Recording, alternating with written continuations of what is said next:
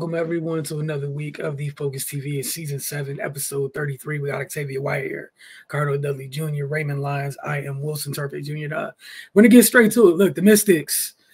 Ray, what have they been up to? They've been giving us false hope again. No, on a serious note, they had two tough battles over the weekend against two of the top teams in the league. But again, man, they showed promise and they fought and was right there at the end, but weren't able to close either game out. The Connecticut game was probably more frustrating than the game against the Aces. Against Connecticut, they were in a good position to take this game. They were up by a healthy amount early, but Connecticut they fought and clawed their way back into it and won in overtime, where DJ Carrington just took over.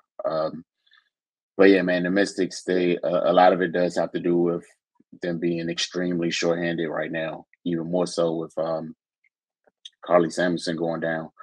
But yeah, they're right there. They just don't have enough to get over the top. And, you say a lot.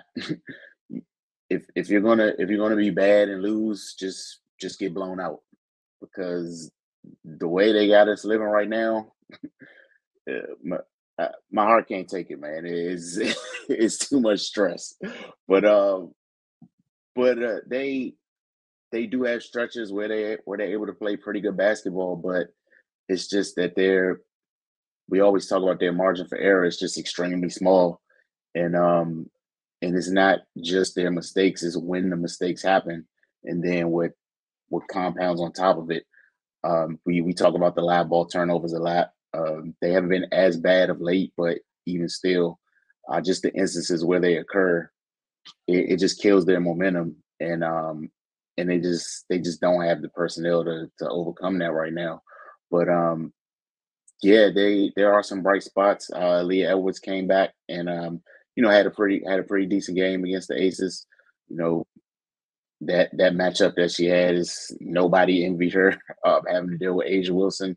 It's a long night for everybody in the league, but she held her own, man, and she's progressing. The injury took her out a couple games, but she came back, looked like she was still pretty sharp. So yeah, that's always good to see.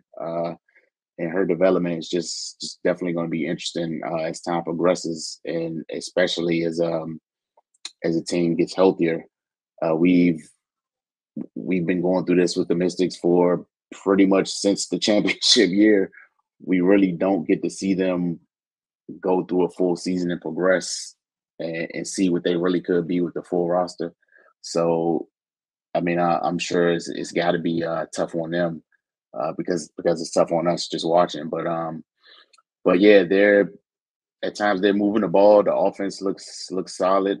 Julie Van Loo, when she at the beginning of the season, she was just kind of erratic with the ball, with some flashy plays in between. But she's starting to slow down and be a little more careful with her decision making, and it's paying dividends. People getting clean looks, and it's helping everybody. Ariel, she's kind of been getting back on track. Maishans Island, she's been kicking things up a notch a little bit offensively, and Stephanie Dawson, man, she's been amazing. With that depleted front court, she's really been holding it down, and offensively, she's spacing the floor and doing what she does. She's going to shatter every career 3-point number for her this season. She's letting that thing fly and she's knocking it down. So yeah, that's a plus. They just got to find a way to close some games. That's pretty much what it comes down to. They make simple mistakes and let plays get away from them. A lot of 50-50 balls they don't get. It costs them. Some missed defensive rotations, it costs them. And those times when their offense gets a little stagnant, it costs them. And if one of those things happen in a game, then they haven't been able to get over the hump. And it's times are few and far between when all those things just kind of happen at the same time. That's why a lot of times they're there at the end of games. But yeah, they got to find a way to get some marks in the W column. we keep talking about there's still only 3.5 games out of 8. So, who knows? Some chips fall their way and they take care of business, they can find themselves in the mix. But at this point, they're 4-15. You are what your record says you are. We know that they have the talent to compete, but they just got to close some games out, and that's just what it boils down to.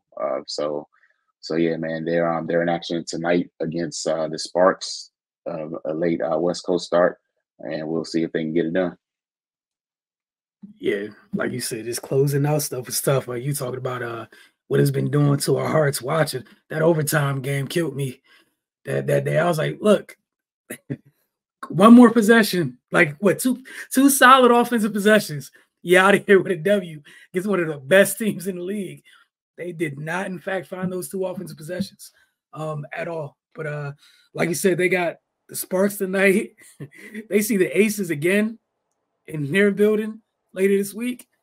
Then they have these very, very tough Minnesota Lynx, who've been on one since the year started. So again, there's a tough trip that they're going to be on. I want to shout out Leah Edwards. I believe she's been named to the Canadian national team. So she will be playing for her country, representing her country in the Olympics. Shout out to her for that. All right, Cardell was, a little busy last week with the NBA draft and whatnot.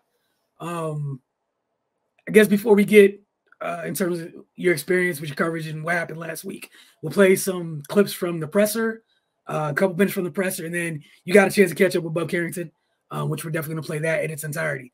So y'all just give me a second to cue this up. We'll go ahead and get straight to that. Yeah, I feel like we're all just kind of positive, like you said, positive guys. Like I never once got any type of bad feelings from this guy, these guys, any type of bad feelings from any of the coaching staff, anyone in this organization. So you can tell that they try to lead by example, and you can tell that they know what they're looking for. Like I know these guys are good guys, and I've known them for 3 days. So yeah. I think something I want them to know is that I'm really caring for people, and if they ever see me outside and they want to talk to me or take a picture, they don't feel any type of way, and I'll be happy to do it. I would only add to that, there's a string of humility between all 3 of these young men. They've all accomplished a lot at a young age, and they've all taken chances and opportunities to kind of go out on their own a little bit and try different things. So the creativity, the humility with the passion and work ethic is something that ties all 3 of them together for sure. Guys, Zach Manzel from the Washington Post. Each of you has come from, different basketball journey from Australia, France, plus Baltimore, Switzerland. What's it been like for you guys the last few days, getting to know each other and building a relationship? It's been a sense of calmness, to know that everything that you've kind of been through, whether it's the pre-draft process, where we grew up playing basketball, whatever the case may be, I said that when you finally get here, there is still, great guys, people you can just laugh with, joke with. There's a sense of calmness kind of being with these guys in the organization the last few days. Yeah, it's just been great to be able to have, these 2 other guys about in the same situation, coming from different places, different experiences, and to be able to relate with the work we have put in, to be able to, be together in this situation is super important, and I think I'm happy to be with these 2 other guys. Yeah, and Sam, just like they said, it's nice knowing that we're in the same boat. As a prospect, sometimes you can feel like you're going to go in a team and you're the only one, but, it's 3 of us, and that's really great. I think we can push each other up, whether it's on the court or off the court, so it's really nice. Right here, guys. Aiden Kazner here for the Pitt News. My question is for Bob. Bob, you're the 4th highest draft pick in Pitt's history. So what does it mean to you to be able to represent Pitt now on the biggest stage? It's an amazing feeling. I love Pittsburgh. I love the zoo. I love the overall community that Pittsburgh brings towards college basketball. And I say that I'm kind of proud because I want people to realize that Pitt is a good school. They got a great coaching staff, great athletic program, and sometimes it can be overlooked. But I feel like with me kind of going as high as I did and being from the school that I'm from, it kind of put Pip on the map in a way. Obviously, as you move up levels in basketball, there's a progression that you need skill-wise, IQ-wise, and physically. Talk about the strength and conditioning coach at Pitt, Vince Williams, and how big he was for you preparing for this moment right now. Vince was huge. Vince, he looked at me as a project coming in. He understood the position I was in. I came into college at 6'3", like 170 pounds, maybe. He understood where I had to be, what I had to do to get there, and he stayed on me every single day. So where I left college at about 190. And also, you started the season out at point guard, but then when Jalen Lowe emerged, you kind of played both guard spots. How do you think that helped you prepare even more for the NBA? Oh, it helps me a lot. You know, the more you can do, the more valuable you are. So the way it was great that I could showcase my ability to play multiple guard positions, because now you're just that much more valuable on the NBA team. And my last question is, you were kind of under the radar, so to speak, coming out of high school, watched you at St. Francis or whatnot, but look where you are a year later. What advice would you give to local kids who kind of are frustrated, kind of on the same journey about where they can end up? I would tell people that if you're not getting better, you're getting worse. You know, there's no such thing as staying neutral in basketball. Spend as much time in the gym as you can, be as consistent as you can. Because, like I said, if you're not getting better, you're only getting worse. All right, man. Appreciate you. All right, Cardell. Appreciate you covering the Wizards last week. What'd you take from it? I know you got up to get out to Union Station to take in your 3 draft picks, first opportunity to address some local media. Yeah, just 3 dudes eager to get going. I'm excited about the future. Excited about their prospects for the team. Just excited to turn the thing around. That's the one thing I love that was encouraging to hear.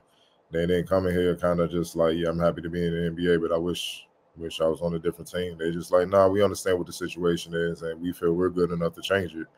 Accept that challenge, and that's something I respect. Especially coming from 3 dudes that are so young. You know what I mean? Obviously George and Bub, they face each other in college playing in the ACC, so they already know what each other can bring. And I'm pretty sure from afar they saw, Sarg getting #1 pick, hype pretty much all throughout the season, so they was probably getting tidbits on, his game and what he was doing. But yeah, they all 3 fill needs, and all 3 can fulfill roles. If they come in and catch on quick enough or whatnot, and perform, we're gonna see quickly during summer league just the prospects of what they could possibly bring when it becomes, when it's really go time later this fall and winter. So, I love what I'm hearing, and I love the fact that all 3 of them are having themselves, without even being pushed, have an emphasis on bringing it defensively. You know what I mean? Like they all 3 of them like, yeah, we're gonna leave with that for sure. We're gonna leave with that, and then let the offense come to us. They understand they got fulfilled roles. They understand it's other vets and stuff. They're gonna get the ball, get more shots.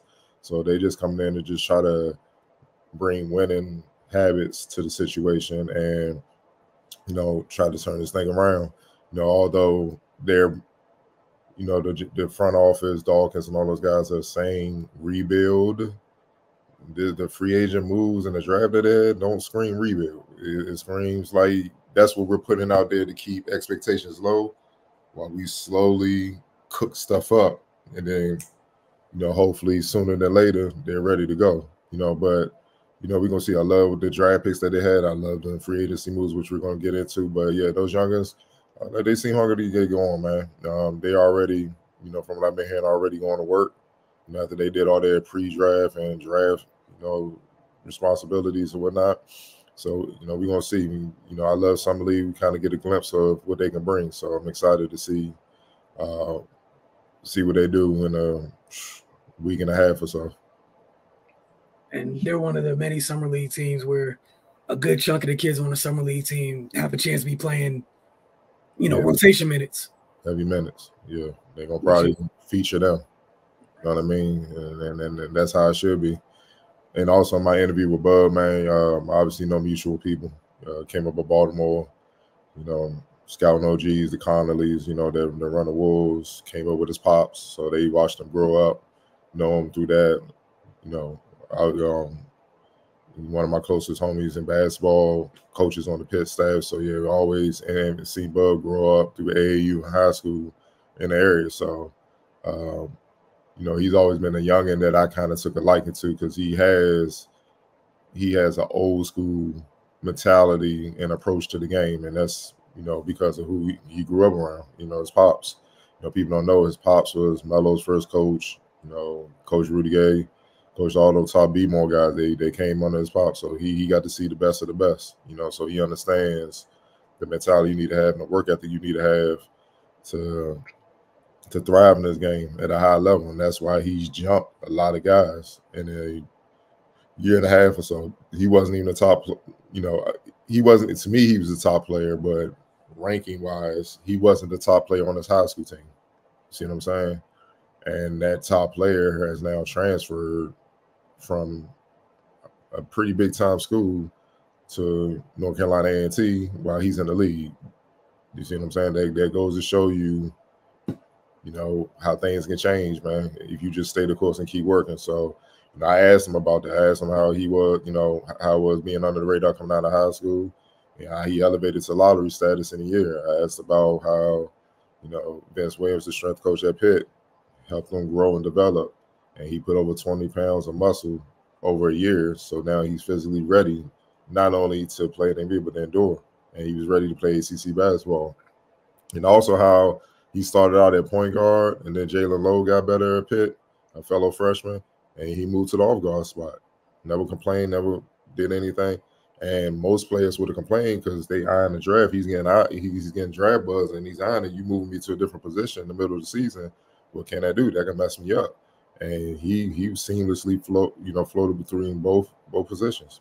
And I asked him about that, and one thing he said was, man, the more you can do, the better. They love that at the NBA, which I try to tell people. The more you can do, the more value you have, because you bring them more to the table. All this one-dimensional stuff, just being a scorer and, you know, shooting all the threes and stuff, and then they look at the rest of your game and you bring nothing else to the table. Well, we can find a lot of guys that can do that. What makes you special? And that's why a lot of those guys who put up high scoring numbers and everybody think they nice and all that, they don't quite make it. Because when you get to the league, they're not going to ask you, unless you are a high pick and go into a situation where they're going to give you the ball, you're not going to be required to score. So what else can you do to help us win games? And if the answer is nothing, you ain't going to get picked on. You're going to be out of the league quickly. And with this kid, he could do pretty much everything. So there will always be a role for him, and he has the potential to exceed expectations if he wants to. So we're going to see how it goes, man. But it was all fun, man. It was good just to see those youngers just embrace it, you know, and none of them look like grudgingly they here with the Wizards. They look like, yeah, let's get to work, ready to get this thing started. You already mentioned one of the free agent moves the Wizards have had. So we're going to slide in the NBA free agency real quick. I got a couple of the bigger moves, big things that have happened thus far on some slides. Other than that, I got a list. And also, you know, we've all been watching and paying attention. I want to hear what stood out to you guys or what did not stand out to you guys from some of the stuff that's happened. Because some people are just so thirsty for the stuff to happen. They're trying to make little things into big things that aren't really there. But, hey, look, man, we'll start with this one. We got Paul George found a landing spot. 76ers. We saw Embiid and Paul openly flirting during the NBA Finals. And I guess they made that happen, man. Cardell killing me because he's shaking his head like 5 times already. But Octavia, we'll start with you. Just your initial thoughts on this, to go Cardell and then Ray. First of all, that was hilarious because they were flirting during the finals. That's kind of weird. But yeah, I mean, you know, the thing is, everybody is saying that, you know, if you want a chance to possibly win a title, that the East seems to be the easier path. I think that a lot of his comments were kind of telling as far as wanting to play the right way. It seems like James Harden possibly is running away all the players that are on the team that he decides he wants to go to at the drop of a hat. I mean, I think they said this is the first time in like NBA history where they have 3 players that are all making over $200 million. So I'm kind of interested to see how the rest of the roster fills out. And to be fair, you know, 2 out of the 3 of the players have injury history. We know Paul George has an injury history as well as Joel Embiid. So I'm probably not as high on it as maybe other people are. I'm more of a wait and see kind of situation with this. I've never really felt like in the last couple of years, like Paul George's moves have been those moves that shake up the entire league, that, you know, the ones that we talk about very highly. But in this cycle of free agents, I understand why he is. I think he fits well with them, but I feel like, again, on paper, they're very talented. But until I see them actually in action and see them actually stay healthy, I would still have a little bit of pause. Cardell. Yeah, I'm along the lines of Octavia. I need to see some results first. Only one I trust out of that big three is Tyrese Maxey. That's only one. I would trust Embiid if he could stay healthy, you know, but he always seems to break down around the same time. And Paul George is the ultimate tease. You know, I see how the youngins that uphold say he's their favorite player, and it makes sense because he kind of represents what this new generation coming up is. A bunch of teasers, you know what I mean? And got the talent, you know, got the skill, but the will ain't the same. And that's the difference. He carries himself like he's won multiple championships before. He hasn't done it. And that's what kind of irritates me. He talks like, you got a podcast. It's like, homie, all you've done is underachieve. Matter of fact, I liked him better when he was in Indiana before the injury. It seemed like the injury kind of took some thunder out of the spirit part of him, even though he bounced back physically. And he settled more for three. He was more hungry. He was dunking on dudes, willing to defend anybody. He was going harder. And I'm just keeping it a buck. It's just watching it. It's just, I've seen him consistently get outplayed by other star players when it was money time and time again. Don't forget OKC, the Dame three. Bye-bye. We ain't even going to get into year after year with the Clippers. So you expect me to believe that he's going to come here to Philly and really change things? They already were knocking on the door. They just need Embiid to stay in shape. Well, get in shape and stay in shape. That would help the injuries. Okay. Nah, man. No. I just can't rock with it, man. You know, show me. You know, if they do it, hey, respect. Hey, prove me wrong. You know, I gotta respect it. Then the outlook on you changes. But I just feel like his talent just teases too much for me.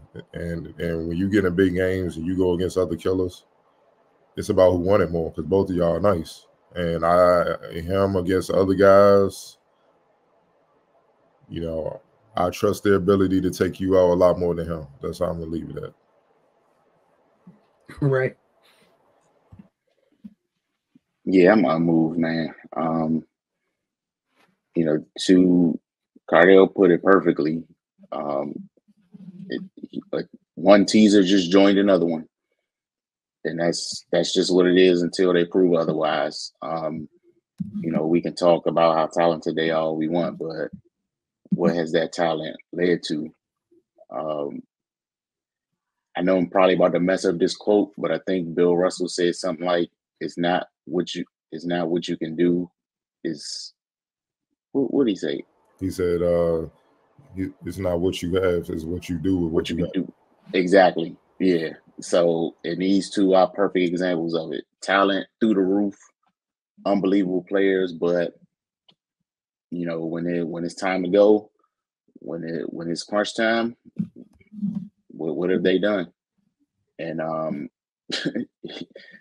two underachievers joining each other don't make an achiever; it just makes multiple underachievers. So it's going to be interesting to see how this plays out. If they can rise to the occasion, and kudos to them, and I'll gladly eat my words. But yeah, and we know how Embiid get when things don't go right. Start pointing them fingers, and then he break out that CDL license. So yeah, it's going to be interesting to see how this goes. But yeah, I'm not convinced until they convince me. Tough crowd for the Paul George of the Sixers. All right, we got Isaiah Hartenstein, Going to the Thunder. Ray, we'll start with you, then Cardell, then Octavia. I like this. I actually like this a lot. They get a big burly guy to come down there, and so Chet doesn't have to be down there banging with fives and all that stuff. And Hartenstein, he was really effective with the Knicks. That little awkward floater he has, it caused problems, man. And his decision making rolling to the basket, and his work on the boards, I think that's a good pickup for them. And it just kind of solidifies them down there. I think that was a piece that they were definitely missing. And adding a guy like that, he just had a playoff run. Just give them a little more experience in that regard with the talent they already have. It's a solid pickup. Sam Presti, it's no surprise. He's acquired some valuable pieces with basically giving up nothing. I don't know why the league continues to allow him to fleece them like this, but hey, man, the game's the game.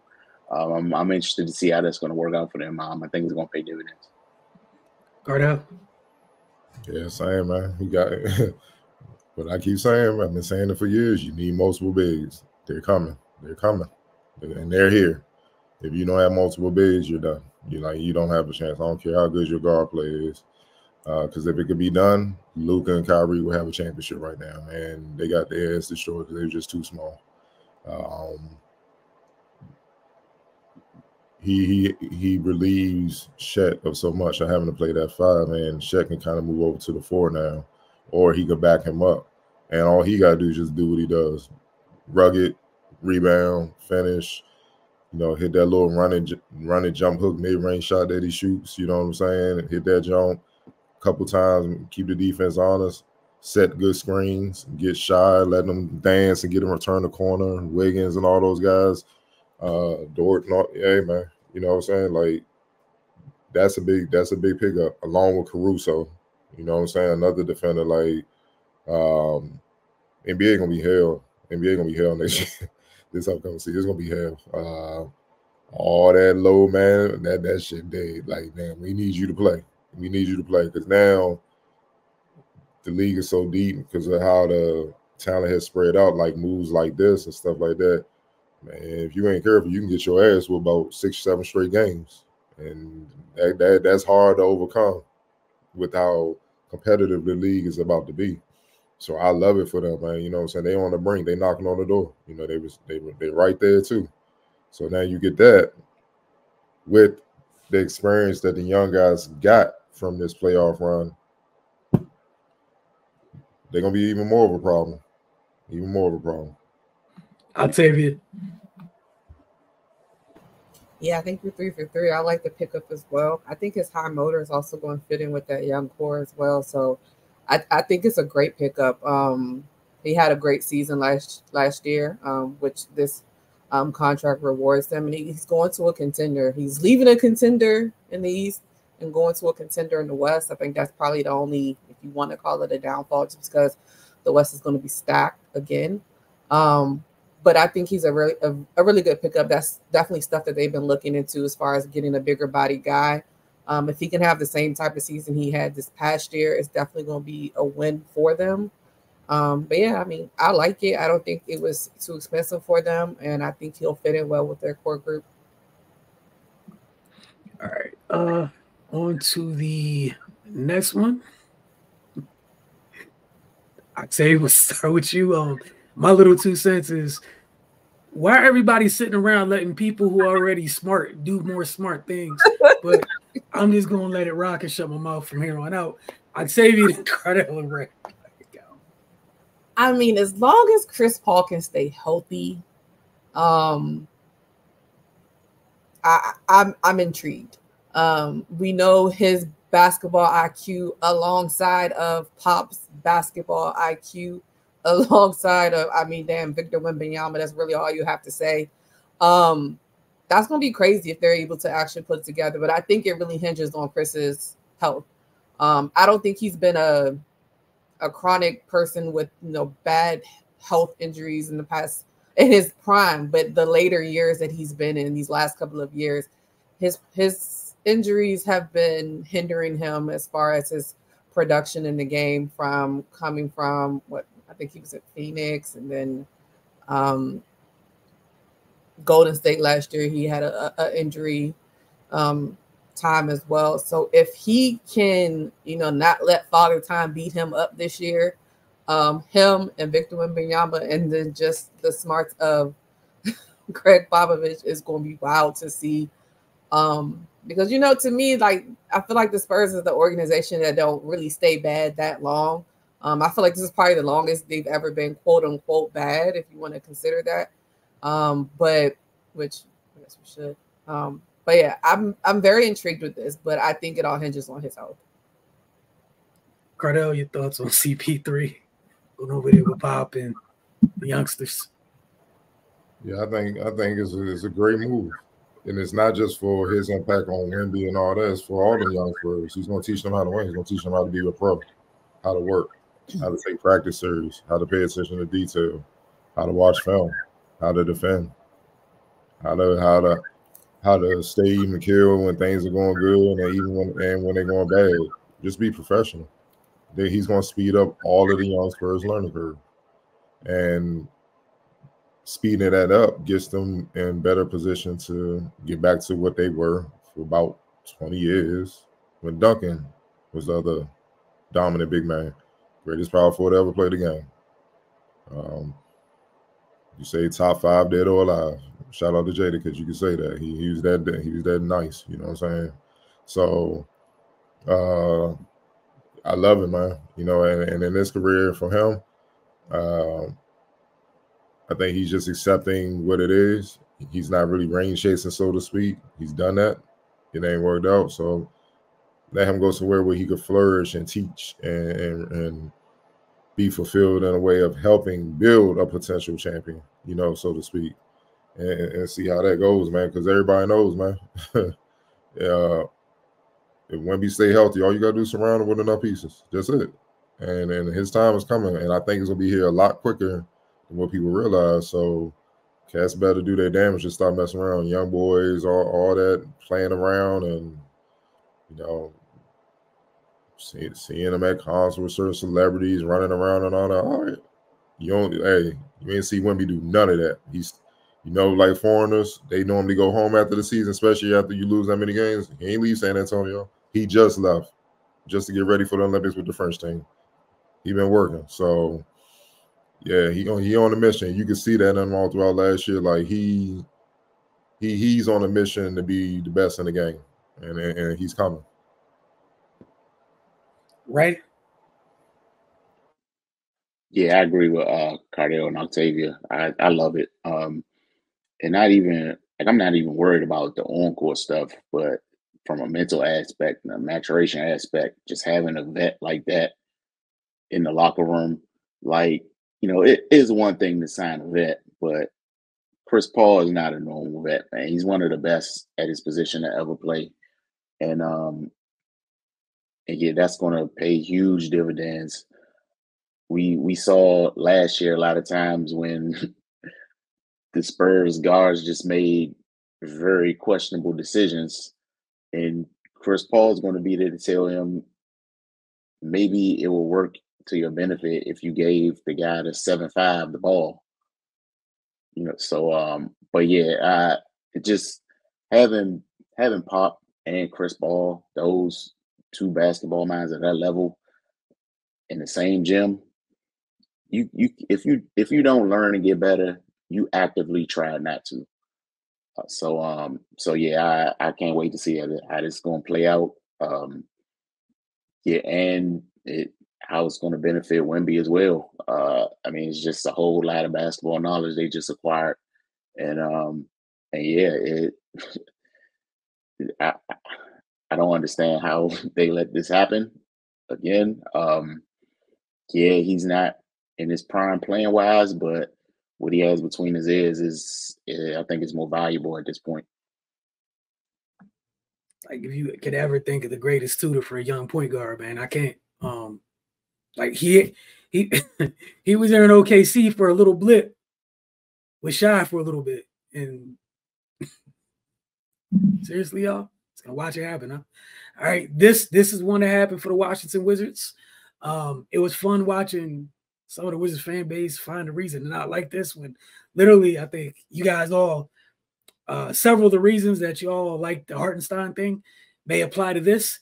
That said, Ray, your thoughts on one of the league's most physical centers joining the Washington Wizards? Yeah, I love it. It's been something we've been screaming that they need for years. Somebody that's not lighting the ass, so to speak, at that position.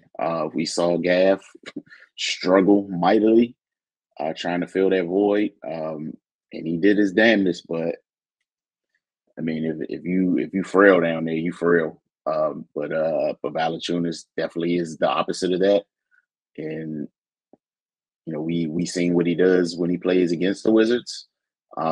It's good not to have to deal with that anymore.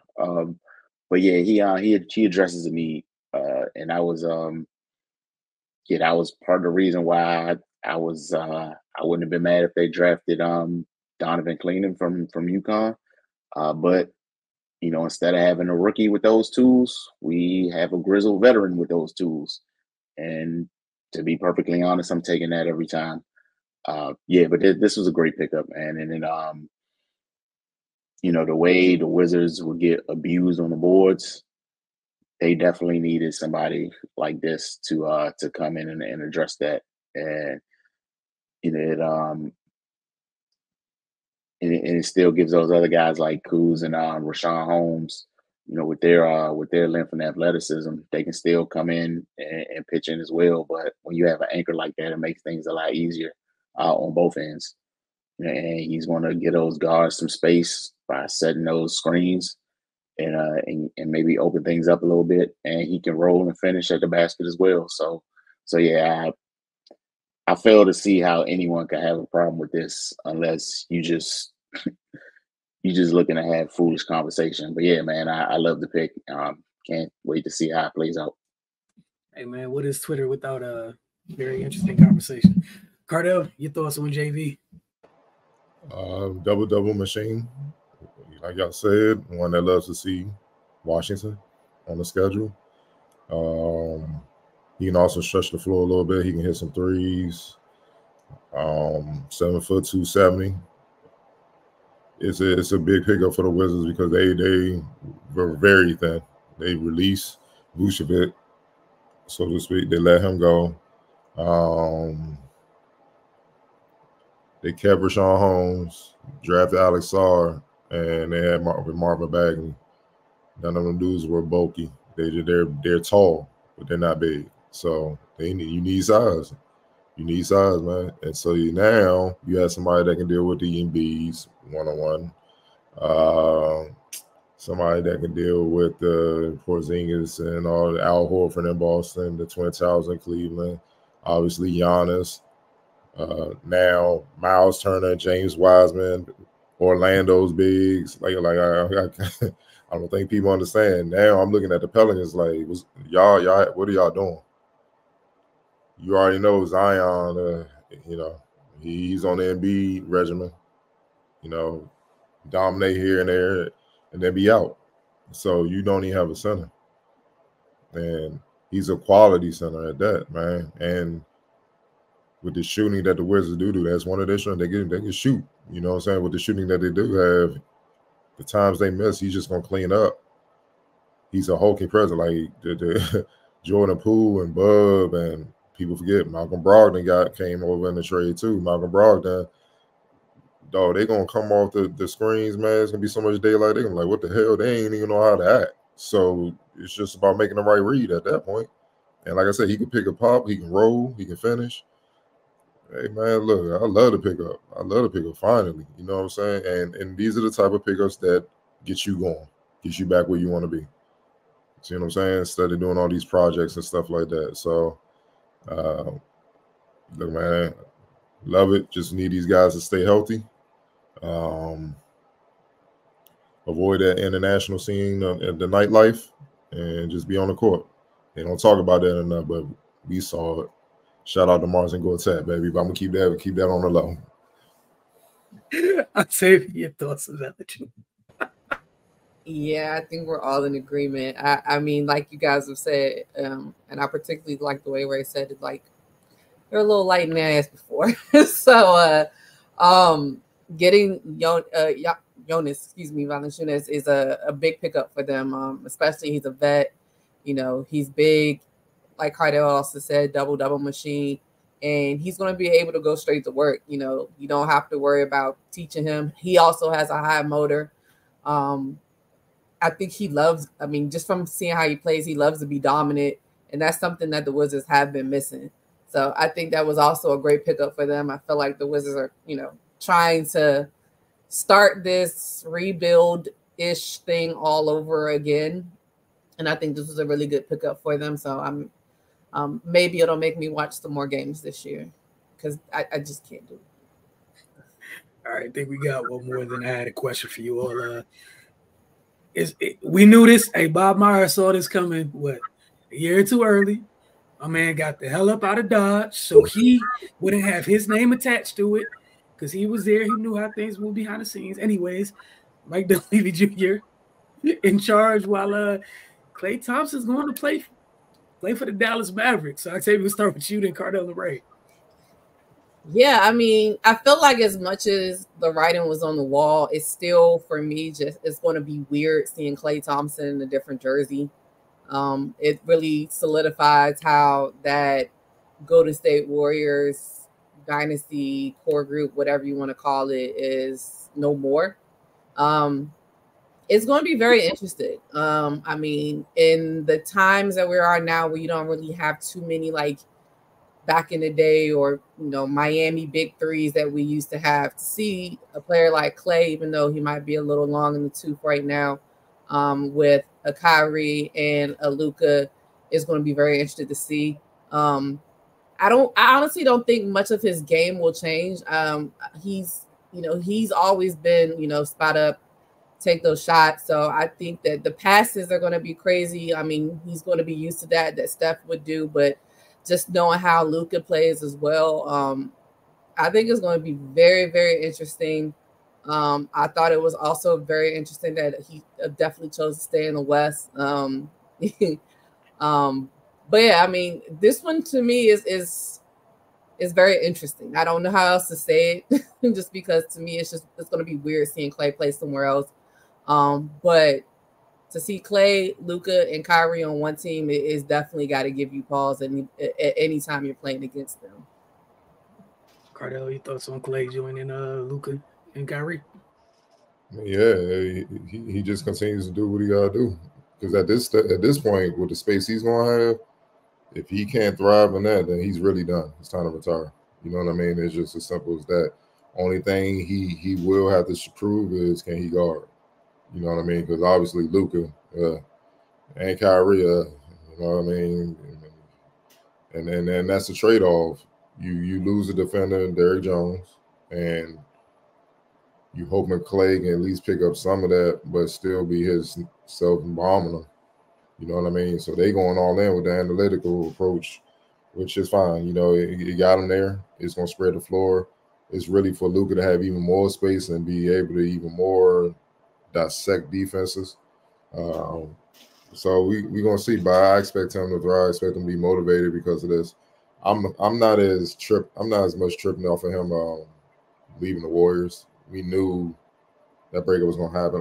Look, man, I grew up with the Bulls dynasty breaking up, Shaq leaving. Patrick Ewing playing in Orlando and Seattle, man, dreaming in Toronto. Dog. I'm numb, dog. I'm numb to it, man. This is not new. It happens, man. So when Father Time starts to kick in, star players gonna get the move because they value their talent. It ain't the talent, it's just physically they just can't do what they once did. So, but for Klay being a third option now instead of the second option trying to hold it down, man, like I said, if he can just do what he does in that role with the way those two dudes can kill you, yeah, they're gonna be on the heater a lot. They're gonna be on the heater a lot, man.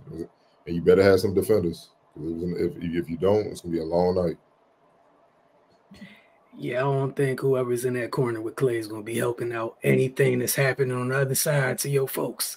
Whatever happens, happens. Ray, your thoughts on Clay joining the Mavs? Yeah, man, I think it's a perfect spot for him. A sniper on the downturn of his career.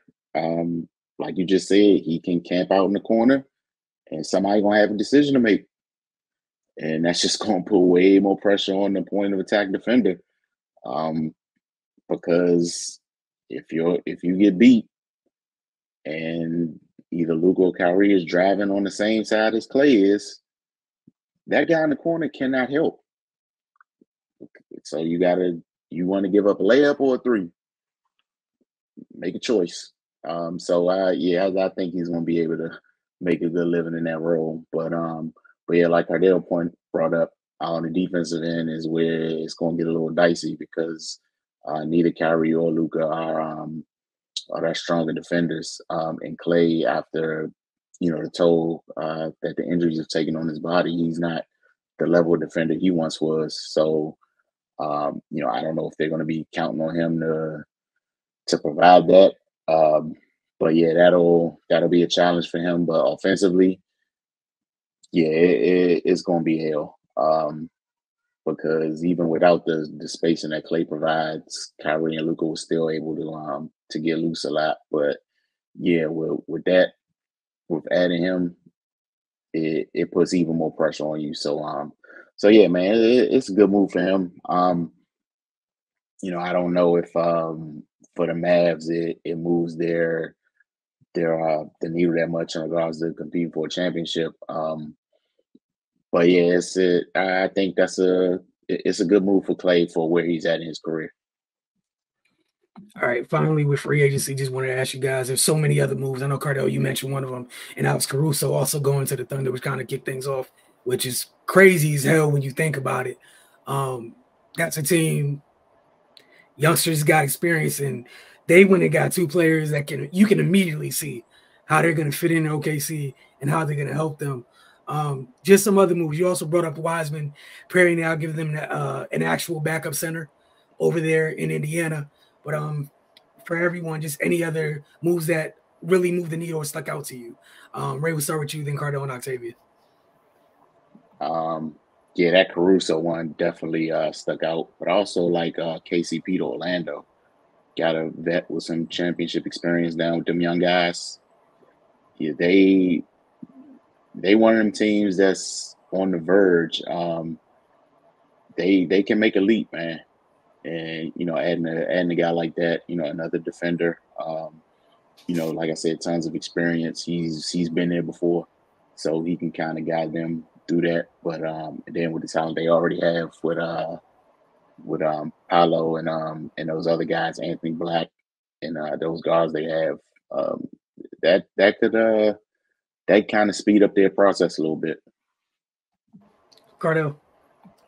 DeLon Wright to the Bucks. I feel like that's a low-key underrated move. That's another defender for them, especially to make up for Dame because he ain't defending nothing. And you going to slow down Jaylen Brown, Derek White, Drew, Taylor. You want to do shit. You want to take one of them out the equation, though. Just, you know what I'm saying? Like, God, seriously. And you could put him on Tyrese Maxey. You can keep Dame fresh. The killers. You could put him on it. You know what I'm saying? So that's a good pickup. Mikal Bridges, man, going to New York. And they keeping OG Anunoby. And Julius Randle's coming back. That's tough. Bro, the Garden about to be rocking. Like really rocking next year. Like and the NBA is better when the Garden's rocking. The Knicks has to be good. It's just a better league when they're good. So the East is hell. I don't know why it is. The East is weakest stuff is coming from. I don't know what the hell people are watching. I think both conferences are hell. That's what I mean. Like it's hell. You see what I'm saying? So that right there, man. Jeez. That's crazy because he does it all. He does it all. And they have the numbers to match up with Boston man for man. So that's gonna be interesting, and they're deep as hell, man. So those two for sure.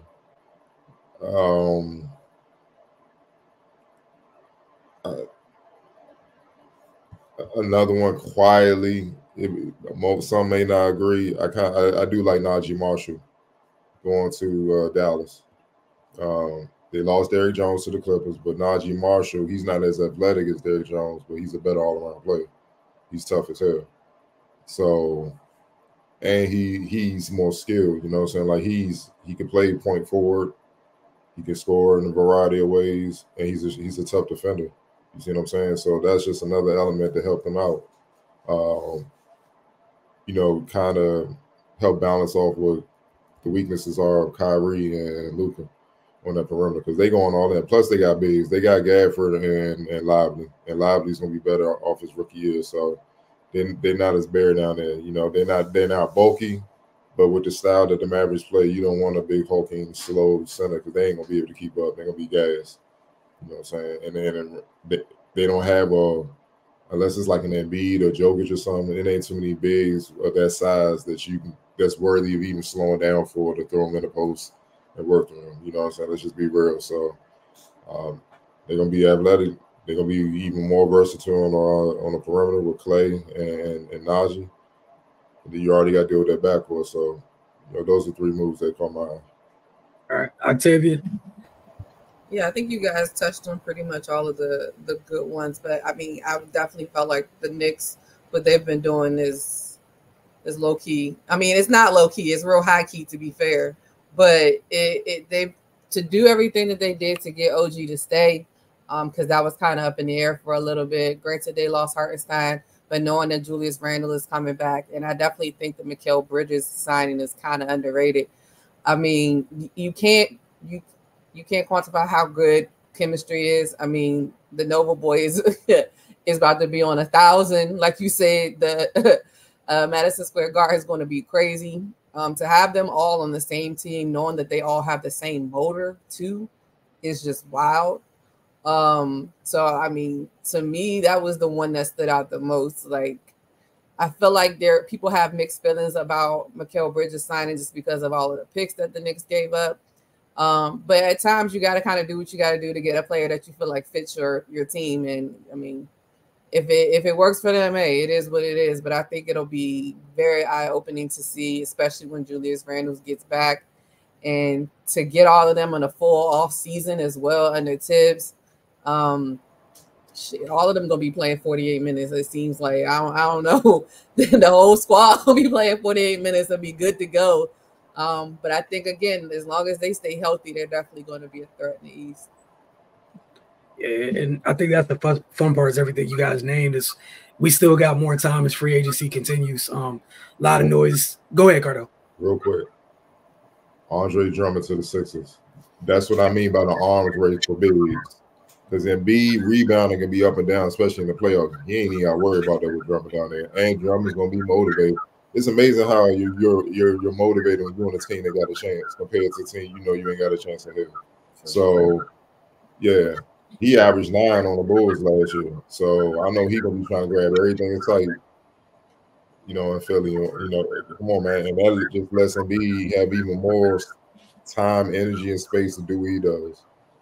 So, like I said, if you don't have multiple bigs, you have no chance. You have no chance, man. Hey, man, you were screaming it, 3-4 years early, said the bigs are coming. It's tough out here. Arms race, bro. Like, think about the size. That's two dudes, 270 plus. You got to deal with. They got two of them. One of them is bouncy. The other one's not in shape all the time. But, again, sorry, Octavia, I don't know a better way to say it. But you got two of them. Like, that's a long night. But think about it. If they're healthy, let's say they're healthy, Drummond and Embiid, and they play the Celtics, Porzingis and Al Horford, Cornette, just saying, like, it gets interesting inside. Hey, Xavier Tillman going to have to do some extra work. He just got signed, too, so I'm going to need him to get a little bit bigger or something. I don't know.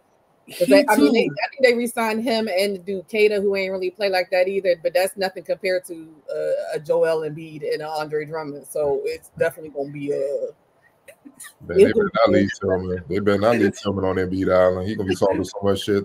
I don't know why they got guarded me. What the hell are they doing? This is he gonna talk so much shit. This is disrespectful. Yeah, man, I don't know what they're gonna do. It ain't too much. It ain't. I mean, you'd be surprised with free agency. And Halves, they too light. Yeah, like those are big bodies. And then with Drum, like you said, being motivated, the times when B's out, he can run up and down the court for Maxey. He's gonna run. And it's about matchups. Like they got the bigs to deal with them, but against the Knicks, that ain't gonna work. They too rugged. So all that bully stuff ain't gonna work. See what I'm saying? It's gonna be fun. Dog. And if Orlando takes the lead, they got the bigs to bang with them and all that down there. That's what I'm saying. So yeah. All that more skill stuff about to be put to the test because these big boys about to be in there like forearm to the chest. Where you going? Oh, he ain't called foul. We off to the races, baby. I don't know what y'all talking. And you got and then we'll get to rapid fire real quick. You got whatever the heck the Bulls are doing. So somebody might get their hands on the other Vooch, Nikola Vucevic, just another big body dude out there. Whether people paying attention or not, just purely thinking about there's an arms race for bigs, right? Bulls are. It might be an expensive dumpster, but it's a dumpster fire. We don't know what the hell they're doing over there. Ain't no telling where we're going to end up. No, you got multiple reports about there's like a little bit of a race to get Lauri Markkanen. Not that he's a 5, but size is size. That is a footer. Like Dak can slide into somebody's team as the 4. Lord, that is a long day. Like again, Cardell been screaming. They're here. You got Portland even up and down, whatever Portland got going on. That's Klingon and Ayton. That's just 7'2" and 7 foot. Like almost every team you want to be taken seriously got 2. Even the Suns with all the crap they be on, they went and got another footer. They got one, whichever Plumlee's out there. Like you have to have multiple bigs. About 3 of them things. Yeah. Oh, y'all have 3. Ain't possible. One ain't enough, dog. Better be in free agency or overseas looking. We just need your size, big fella. That's I say Dwight Howard need to come on back. Oh shit! And I ain't like that. I don't need that. You just play down the spot. That was a petty comment right there. Hell no. All right. We'll slide a rapid fire real quick before we get out of here. What you got for us, Cardell? Dallas Cowboys, yay! Drama. Dallas Cowboys linebacker Michael Parsons is not pleased with teammate and safety Malik Hooker's recent criticism of his podcast career. We seem to be talking about these athletes in these podcasts a lot lately, man. Hooker, during the episode of former NFL wide receiver Keyshawn Johnson's podcast, All Facts, No Break, which aired on Friday, questioned where Parsons' priorities are during the season while he's podcasting. Quote, my advice from Michael would be just make sure we're all right, Hooker said, because if we're at work and then the run game's terrible, but you're doing a podcast every week and you know the run game is terrible, then what are you really caring about? Are you caring about the crowd that was watching the podcast, or are you caring about the success of our team in the Super Bowl that we're trying to reach? Parsons 25, partnered with Bleacher Report to launch his podcast. The Edge with Michael Parsons back in 2023, then signed a multi-year extension with the site to continue to produce his podcast, while also adding the title of president of BR Gridiron, Bleacher Report's digital NFL subsection in May. All the while, Parsons, 21 Defensive Rookie of the Year, has racked up 40 sacks and has earned Pro Bowl honors in each of his 3 seasons in the league. He's widely regarded as one of the best pass rushers in the NFL, both by media, pundits, and his peers. Parsons didn't take kindly to Hooker's words, posting a nice, since-deleted post response on his account on X, aka Twitter, according to the Dallas Morning News. Quote, I just wish you said this to me, but instead on some podcast. And you got my number, family. Malik Hooker, and you my locker mate. So you could have said this any day, and you do realize I shoot the podcast on our off day. Why ain't we talking about everyone's preparation and focus? Look, Ray, we're gonna just start with you. What's up with your Cowboys, man? Maybe instead of getting offended, how about you just, I don't know, stop doing the damn podcast? Like, what do you mean I film it on our off days? All right. I mean, that still takes preparation. You know, it takes focus away from the task at hand. How about you just do it in the off season if you're going to do it at all? I don't get it, man. Like, I mean,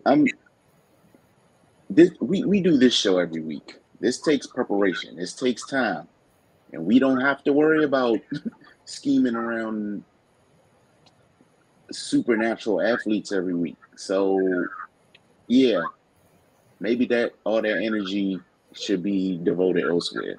I mean, they need to burn all podcast equipment. Like, if I was an owner, I'd put in your contract, don't do a podcast. Every episode you getting fined. Like, I don't see the point. Like, active players doing podcasts annoys me to no end. Why? I'm sure there's something else you could be doing that time could be spent more productively. Especially if you underachieving every year. Like, didn't they get smoked at home by the 7th seed in the playoffs last year? Green Bay. It's nothing to talk about, brother. Why are we doing the podcast and all that? You got my number and all that stuff. Yeah, I'm sure you have people's numbers that you talk about on podcasts too. So I don't even understand why he would say that. So yeah, just dude said something that hit home and he got mad and got in his feelings and had an emotional response and then want to delete it. Like, you can't even stand on that. So yeah, dog. Like, no active player will ever get sympathy from me when somebody criticizes him for doing the podcast, because you shouldn't be doing it. Plain and simple. Octavia. I mean, he probably said it on a podcast. He was like, you probably just watched all the podcasts. It was probably the fastest way I could tell you. So it's probably why he was like, shit, I might as well say it here. He'll probably hear it here first. Yeah, I mean, I feel like for Michael Parsons' podcast, for example, Travis Kelce and Jason Kelce were doing podcasts as well during the season and stuff like that. But I felt like in their podcast, like, they keep it centered to like what they did, like our team, like how our game was this week. I feel like with Micah's, it's like he's like not interviewing other people, but I mean, like, he's like analyzing other games throughout the week and stuff like that. And like, I mean, didn't he go on like a whole, I mean, granted, CJ Stroud was with him. They went like on a whole podcast vacation, it seemed like, to like Japan, and was doing sumo wrestling and shit now off season. Like, I don't know what's going on here either. But yeah, I'm in agreement. Like,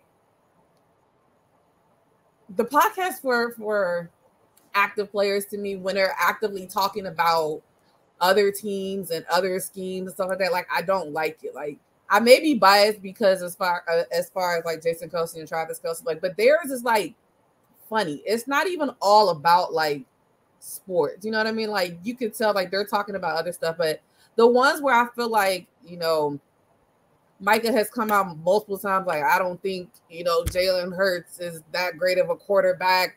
I think he's in a great scheme. Stuff like that. I'm like, bro, why aren't you worried about your own team and your quarterback and his scheme and all this other stuff? Like, it just seems more so like just mind the business that pays you. I hate that. And to me, what makes it even worse is that he's sponsored or whatever you want to call it, with Bleacher Report. So Bleacher Report is so out there all the time. Like, I'd be like, bro, I'm tired of seeing Michael Parsons and Bleacher Report pop up on my phone. Like, I'm about to delete the app at this point. So I do wish that they would leave it to the retired players or something. But I don't think it's ever going to go away until, like you guys said, we burn all podcast equipment. Wilson. Just shut up and figure out how to stop the run, dog. Like, that's why I didn't pay you yet, bro. Like, figure out how to stop the run. Because right now, people look at you and run at you. Like, figure it out. Like, figure it out. Like, you talking about the Eagle scheme and everything else, you'll be seeing a whole lot of Saquon this year with that boy healthy. They coming after you. Every team that plays Dallas, they look where you at and they run to your side. They come to the line, they switch the play, they move things around. We've seen multiple teams hunt you. Green Bay just went after you, sir. Aaron Jones had a party. 143 yards. Just after you. You don't see Myles Garrett talking. I don't even think Nicholas Bosa uses words. Like, focus on your job, dude. Like Cardell always says, keep the main thing the main thing. And the worst part is, like, I hope you do understand, like, you play for Dallas. The grace that you have like to this point, you getting real close to it running out, sir. Because when it flips, there's no coming back. That star does. There's two ways that star works for you. So far, you've only seen the good side of it. But every time we see you, like Octavia says, you are with Jordan Love. You are with CJ Stroud. You are with everybody except in your house studying film or something, man. Just go away for a little while. Just give us the illusion that you care and get better. And if the fact is, if it's just the fans thinking it, cool. But your teammate felt the need to jump out there. So I'm sure he's not the only one in that building that feels like, I wish. And also, look, you get paid yet? All right. I'm with all of y'all.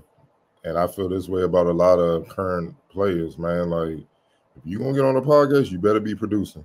And similar to what Octavia said, one of my favorite podcasts a lot of people don't talk about is the Jalen Brunson and Josh Hart podcast. And they actually mix a lot of humor. Their chemistry is a lot like DeMar DeRozan and how Kyle Lowry was. Like, they big game, and you could tell they so close. It's just a funny ass joking but serious type of relationship. You know what I'm saying? Like, and that's what they have and stuff like that. But they do have, like, they had Tibbs on, and Tibbs don't ever do interviews. And you got to see a different side of him and break down basketball stuff, but have a little joking moments and stuff like that. Like, he talked about how Josh always bitching about practice and stuff. You know, he gets on his nerves. Or Tibbs is such a precise and detailed coach and stuff. And he'd be in there early, getting ready for practice. All of a sudden, you just hear some loud music blasting, and he be like, I know that's hard fucking with me. Like, he would say that, like, it's funny. I like, he's doing that on purpose. And then they would laugh on, like, it's hilarious, dog. You know what I'm saying? And, you know, Jay Wright came on it, like, their podcast. I enjoy it because it's healthy basketball dialogue. I hate the messy stuff where these athletes just talking ish about everybody else and stuff like that. And just to get views and, you know, keep their money coming in and all that, that's just foul to me, man. You know what I mean? But a lot of these dudes can't do both. Let's just keep it real. You can't focus on the main thing and then do that. And then on the other hand, when you get criticized talking about, if you never done it, why are you criticizing me? All y'all do is talk about other stuff that y'all haven't done. It makes no sense. So if everybody else got to shut up, then y'all need to shut up. Again, keep the main thing the main thing. If you're producing, no one can say anything. But if you're going to step out there and do extra stuff, it's no different than when Shaq was doing movies before he won championships. He was getting crucified, especially when he moved to LA. Like, bro, what you doing all this for? You ain't winning. You are not winning. You supposed to be up there with Wilt, the Jabars, the Russells, and all that. You haven't won nothing. So what are we doing here? You're getting swept by the Bulls. You're getting swept by Utah. You're getting swept by the Spurs. What are we doing? So why these dudes think they're exempt? And yeah, you should be working. That means if Hooker said that means the rest of your team is saying that. That means upper management is definitely saying that. And really, they're coming to him, and really he could stop all that with the run thing. He's just being undisciplined because he's hunting the quarterback. And he's overplaying stuff. And they know that. So it's a simple adjustment if he just worked. So we're going to see this year. But yeah, there's a lot of that going around. He ain't the only one looking at NBA. I be looking at Draymond front. I'm like, my dude, huh? And we definitely don't want to hear you this year because this is going to be bad. We're about to say, I'm locked into every episode, sir, because I want to hear what you got to say. There is one less light skin to keep. Boy, you moved up in the pecking order. All that talking, this is what you want, right? I can't wait. I can't wait. I'm sorry to jump. I just can't wait. Like, look, it's not that hard, man. But dudes and their egos, and because you know it's on the WNBA side. You don't see too many of that. You don't see podcasts at all. They too busy trying to keep a job. And I'm looking at the NFL side of it. I'm like, my man, you good? You done seen some star players go from being that guy to being in and out of the league like quick. So you gotta be careful. We know Jerry Jones ain't got no cut card. Like, you are not one of his favorites. Otherwise, you'd have been paid already. So the criticism is fair. You talking about like, man, he could have hit you up and all that stuff like that. Maybe he did say something. Maybe you ain't pay attention. But yeah, man, a lot of these podcasts are just dudes venting, and it has no substance to it. And no one has time to go see a therapist and vent, man. Do that privately. Deal with that on your own time and stuff like that. But you got to keep the main thing, bro. Or otherwise, no one wants to hear you talk, man. No one wants to hear you talk on a podcast. So, especially if the Cowboys come up short again. So we're gonna see how it goes. And we definitely, before we get out of the last thing, man, shout out to Kemba Walker, cardiac Kemba, retiring, man. Well deserved, one of my all-time favorite college players, man. When you talk about putting a program on your back, whew, that's what he did that year, 2011. Like, he did that and had one of the most iconic plays there will be, man. When he crossover, step back on McGee, jumper in the garden, game winner. My man fell. Every Hooper dreams of doing that, especially on a big stage in a building like the Garden. Man, you couldn't have drew it up, but like, that's always gonna be there, man. So, man, salute to that man. They say small guards is tough for him to lead and make the league. He defied those odds, man. He defied it. He was at his peak. He was a bad month. He was bad. He was tough to deal with. I mean, for goodness sake, come on, man. He had the Bobcats and Hornets in the playoffs, dog. Bobcats and the Hornets, man. So, he always got my full respect. Obviously, Jim Couch fan, man, came up through that too, through that program and stuff like that. And he just tough, man. All small guards need to study him, pick up a lot of his game, and really understand, how he not only made it to the league and was able to make an impact, how he was able to be good enough to carry a franchise and elevate them to playoff status when they were known for being doormats. Always respect. Yeah, that killed me all day today watching them clips. Obviously, the first one he said he retired. I'm like, I'm super old. Kim officially retired. Yeah, that's crazy. That was the first thing that came to mind. I was like, I know exactly where I was at the start of that run. I know where I was his freshman year at the Maui Invitational. I went to that Bucknell game the year they made that run, bruh. It's officially over. Hit me like it's officially over. But shout out to him, well-deserved career for sure. Anybody else had anything? Otherwise, I'm gonna go ahead and close down. I want to ask. Oh. All right, we thank y'all for tuning in as always, man. We appreciate y'all. Don't forget to get over to thefocustv.com. Mystics, folks, we'll see y'all at least 3 times this week. So be on the lookout for that. And then don't forget, Roku television or device, in the search box, type in the Focus TV, double tap OK, and that is how you add the channel.